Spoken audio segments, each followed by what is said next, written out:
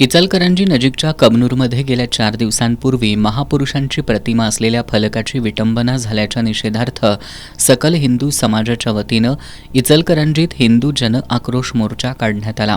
या मोर्चात आमदार राहुल आवाडे, आमदार संग्राम जगताप, आरपीआयचे नाना वाघमारे यांच्यासह हिंदुत्ववादी कार्यकर्ते मोठ्या संख्येनं मोर्चात सहभागी झाले होते। शिवतीर्थापासून मोर्चाला सुरुवात होऊन महात्मा गांधी पुतळ्याजवळ मोर्चाची सांगता झाली।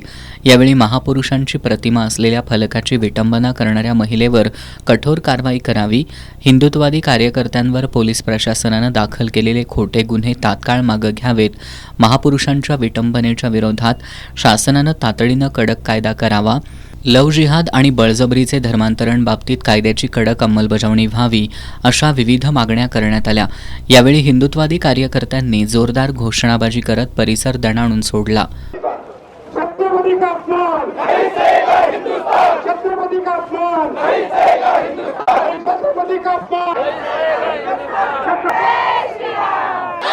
जय भवानी, जय शिवाजी, जय जय जय जय जय भवानी।